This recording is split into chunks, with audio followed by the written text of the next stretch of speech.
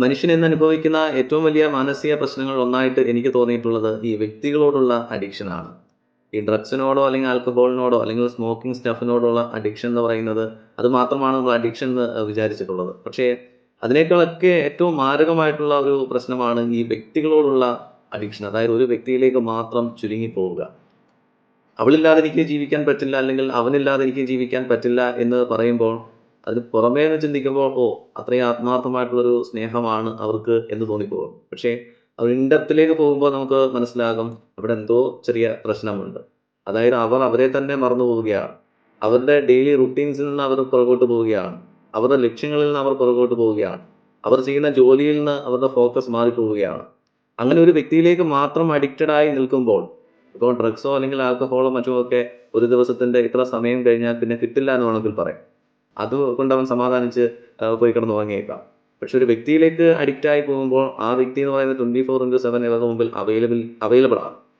കുറച്ച് നാളുകൾക്ക് മുൻപ് ഒരു ലേഡി ഇതുപോലൊരു പ്രശ്നവുമായിട്ട് വന്നപ്പോൾ ഞാൻ അവരോട് പറഞ്ഞു കൊടുത്ത ഒരുപാട് കാര്യങ്ങൾ പറഞ്ഞു കൊടുത്തു. പക്ഷെ അവർക്ക് ഏറ്റവും കൂടുതൽ സ്ട്രൈക്ക് ചെയ്ത കാര്യം എന്ന് വെച്ച് കഴിഞ്ഞാൽ അവരവരുടെ സെൽഫ് വാല്യൂ നഷ്ടപ്പെടുത്തിക്കൊണ്ടിരിക്കുകയാണ്. അതായത് മറ്റൊരാളെ കുറിച്ച് ചിന്തിച്ചുകൊണ്ട് ഡിപ്രസ്ഡ് ആയിട്ടിരിക്കുമ്പോൾ അല്ലെങ്കിൽ സ്ട്രെസ്ഡ് ആയിട്ടിരിക്കുമ്പോൾ ആ വ്യക്തി അദ്ദേഹത്തിന്റെ ജോലിയുമായിട്ട് തിരക്കിലാണ്.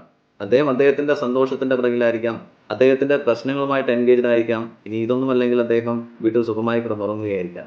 ഈ സമയത്താണ് ഈ പറയുന്ന ആൾ അദ്ദേഹത്തെക്കുറിച്ച് ഓർത്തിങ്ങനെ കരഞ്ഞുകൊണ്ടിരിക്കുക, ഡിപ്രസ്ഡ് ആവുക, അല്ലെങ്കിൽ ടെൻസ്ഡ് ആവുക, അങ്ങനെ ആകെ സ്ട്രെസ്ഡ് ആയിട്ടുള്ള ഒരു മൊമെന്റിലേക്ക് മാറിപ്പോവുക. അപ്പോൾ നിങ്ങളത് മനസ്സിലാക്കി നിങ്ങളുടെ സെൽഫ് വാല്യൂ എന്താണെന്ന് മനസ്സിലാക്കി നിങ്ങളുടെ ലക്ഷ്യത്തിന് വേണ്ടി നിങ്ങളൊന്ന് മാറി ചിന്തിക്കുക, അല്ലെങ്കിൽ നിങ്ങൾ നിങ്ങളെ തന്നെ ഒന്ന് സ്നേഹിച്ചു നോക്കുക. ആ ഒരു വാചകം അവരുടെ മനസ്സിൽ വലിയൊരു ഇമ്പാക്റ്റ് ഉണ്ടാക്കുകയും അവരിപ്പോൾ ഏകദേശം അവരെ തന്നെ സ്നേഹിച്ചു തുടങ്ങി അവരുടെ ലക്ഷ്യങ്ങളുമായിട്ട് എൻഗേജ്ഡ് ആയിട്ട് ഇപ്പോൾ ഒരുപാട് ലക്ഷ്യങ്ങൾ 2026 തന്നെ എനിക്ക് ഒരുപാട് ലക്ഷ്യങ്ങളുണ്ട്, അതൊക്കെ എനിക്ക് ചെയ്തു തീർക്കണം എന്നുള്ള രീതിയിൽ എനിക്കൊരു ബക്കറ്റ് ലിസ്റ്റ് ഒക്കെ അയക്കുകയുണ്ടായി. അപ്പോൾ ഈ വ്യക്തികളിലേക്കുള്ള അഡിക്ഷൻ നമ്മൾ മാറ്റേണ്ടതായിട്ടുണ്ട്. അത് പെട്ടെന്നൊന്നും മാറുന്ന ഒരു കാര്യമായിരിക്കില്ല. പതുക്കെ പതുക്കെ നമ്മുടെ സെൽഫ് വാല്യൂ മനസ്സിലാക്കി നമ്മുടെ സെൽഫ് വാല്യൂ പലരുടെയും മുൻപിൽ അടിയറവ് വെച്ച് അല്ലെങ്കിൽ നഷ്ടപ്പെടുത്തി ജീവിക്കാതെ നമ്മുടെ ആ ഒരു പർപ്പസുമായിട്ട് മുന്നോട്ട് പോകുമ്പോഴാണ് നമുക്ക് സാറ്റിസ്ഫാക്ഷൻ ഉണ്ടാകുന്നത്, അല്ലെങ്കിൽ സന്തോഷം ഉണ്ടാക്കിയെടുക്കുവാൻ കഴിയുന്നത്.